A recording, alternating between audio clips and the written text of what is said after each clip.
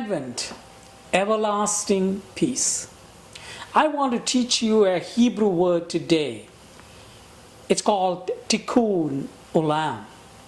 This popular word in the Jewish mysticism means repair the world, mend the world, heal the world, the acts of kindness performed to perfect or repair the world. We do have a mission, a responsibility, and a purpose in this God-created world. To repair, to prepare, set up, just do something with it, change, improve, and fix our earthly surrounding. It invites us to take ownership of our own world and bring justice.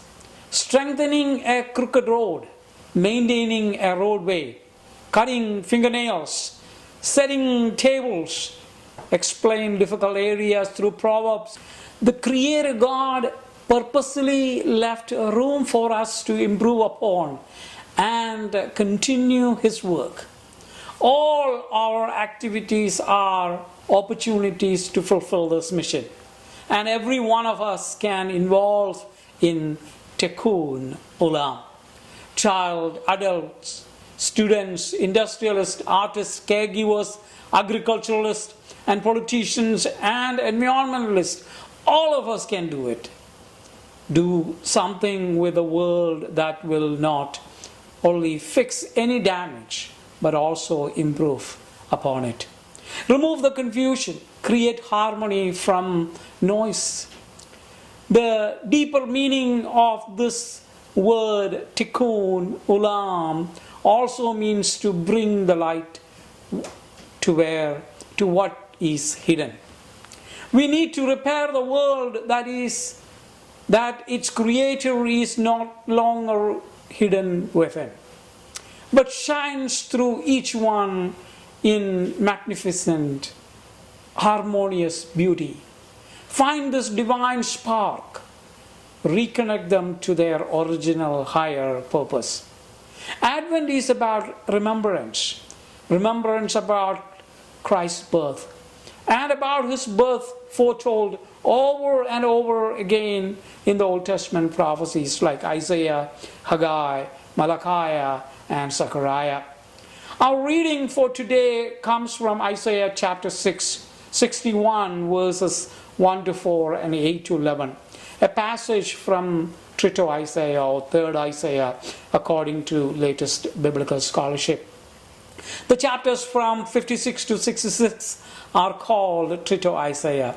This comes in the light of restoration and aftermath of exile. This passage, referred in the New Testament by Luke, the gospel writer, the good news of salvation.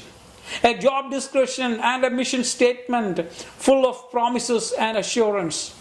Justice, hope, anticipation, and deliverance are spoken to the people as a reminder that God has not forgotten them. This text is very relevant as we explain oppression, brokenheartedness, captivity, imprisonment, and in need of transformation. How to respond to injustice and unfairness in our world. How do we stay alert and awake to the coming of Christ? For relief from suffering, for healing, for justice, for peace, and for hope. Advent is not about the passive waiting, but an active one. What are we going to do meanwhile we are waiting? This text had a large amount of attention in the history of interpretation in the modern biblical scholarship. One of the reasons is because this text is connected with Jesus' mission or messianic promises. Here, the mission of the prophet is described as being sent by God to proclaim good news, to bind the brokenhearted, to proclaim liberty to the captives and release to the prisoners, to proclaim the year of Yahweh's favor and the day of vengeance of our God and the year of Jubilee, the comfort to all who mourn. The recipient of this promise is those who suffer from socio-economic oppression. those who are financially destitute, those who struggle in poverty, those who are brokenhearted, those who struggle with abuse, hunger, oppression, and war. This mostly referred to us as a year of Jubilee, the year of the Lord's favor in the book of Leviticus.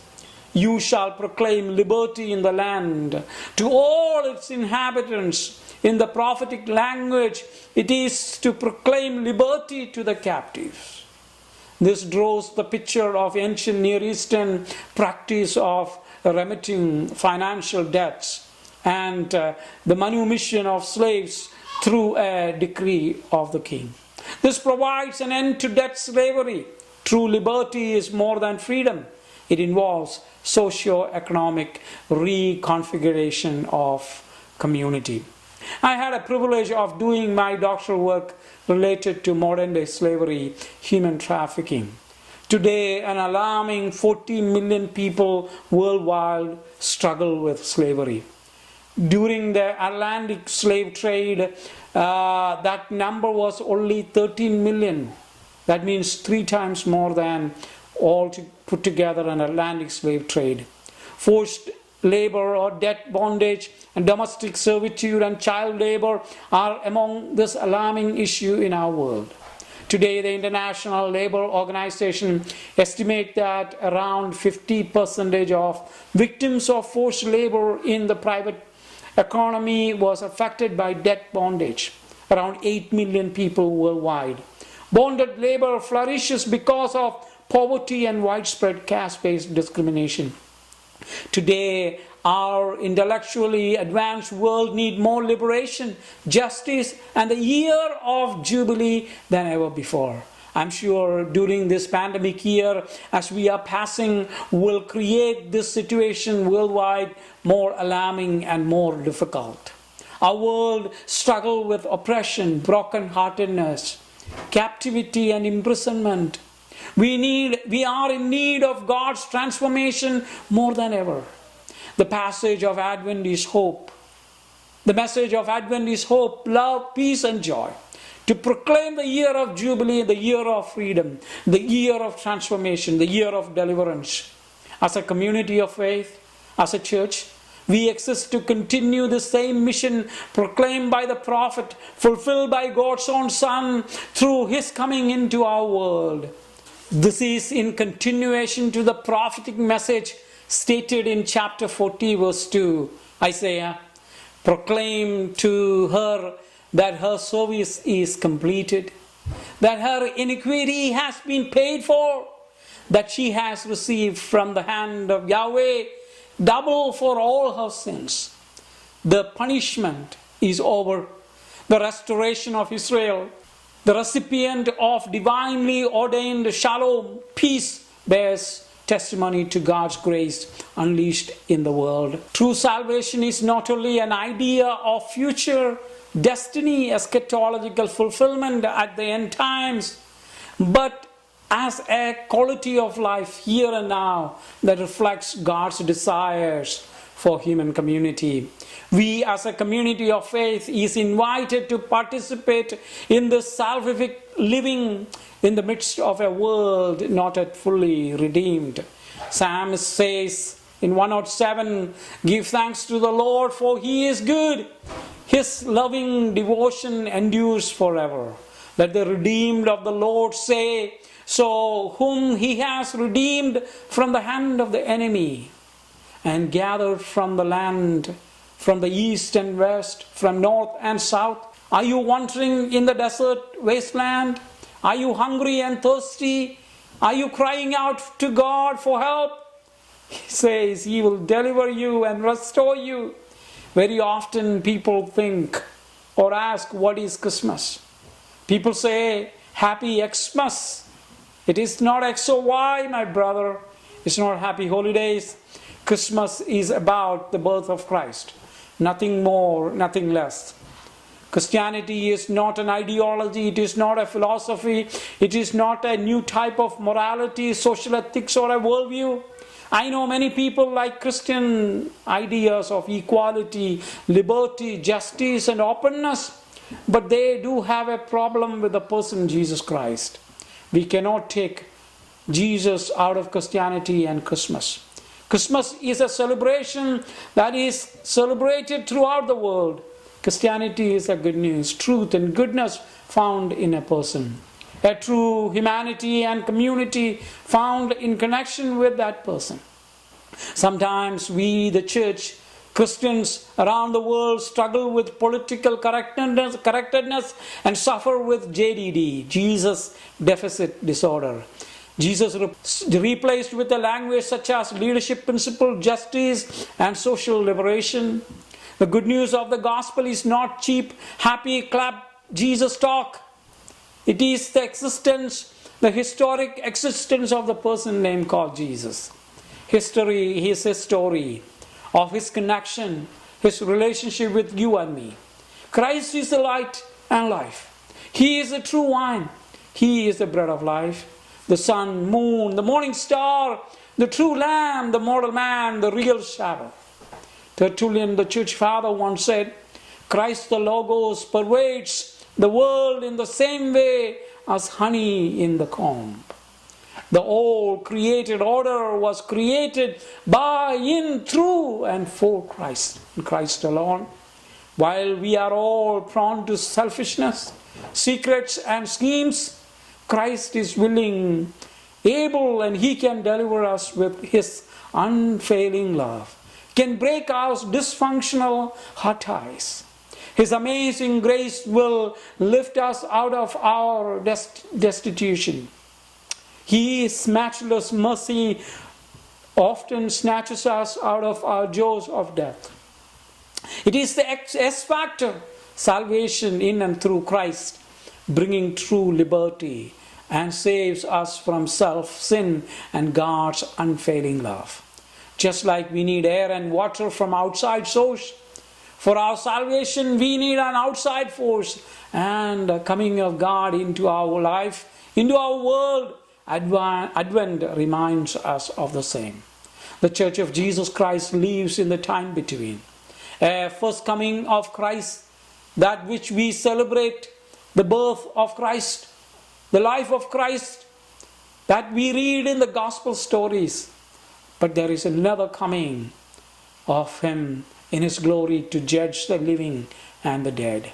Advent contains a crucial balance between now and not yet. This was the same for the post-exilic community Isaiah represented, and this is the same for the Jewish community that first hear those words through the mouth of Yeshua the Messiah.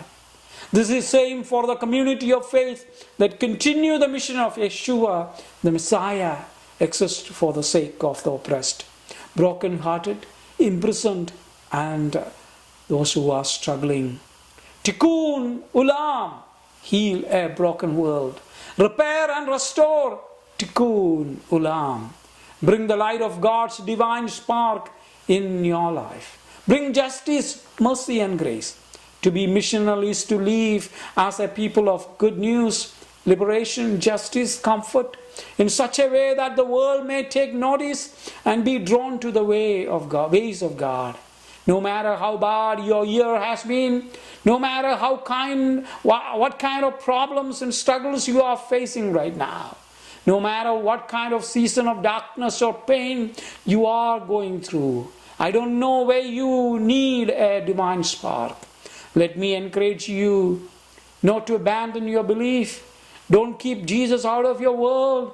God is still alive, even in our darkest pain and most hopeless circumstances.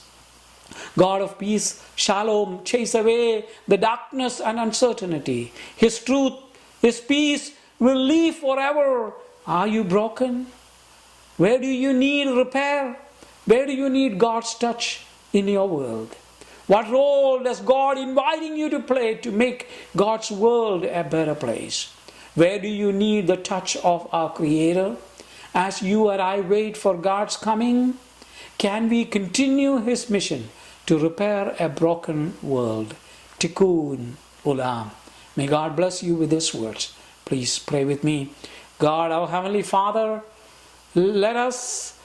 help us to continue your mission of Tikkun Olam, to repair your broken world, O God. You have come so that our brokenness of sin, contamination, death has been removed. Help us to receive that. Help our world to receive you in the true sense, O God.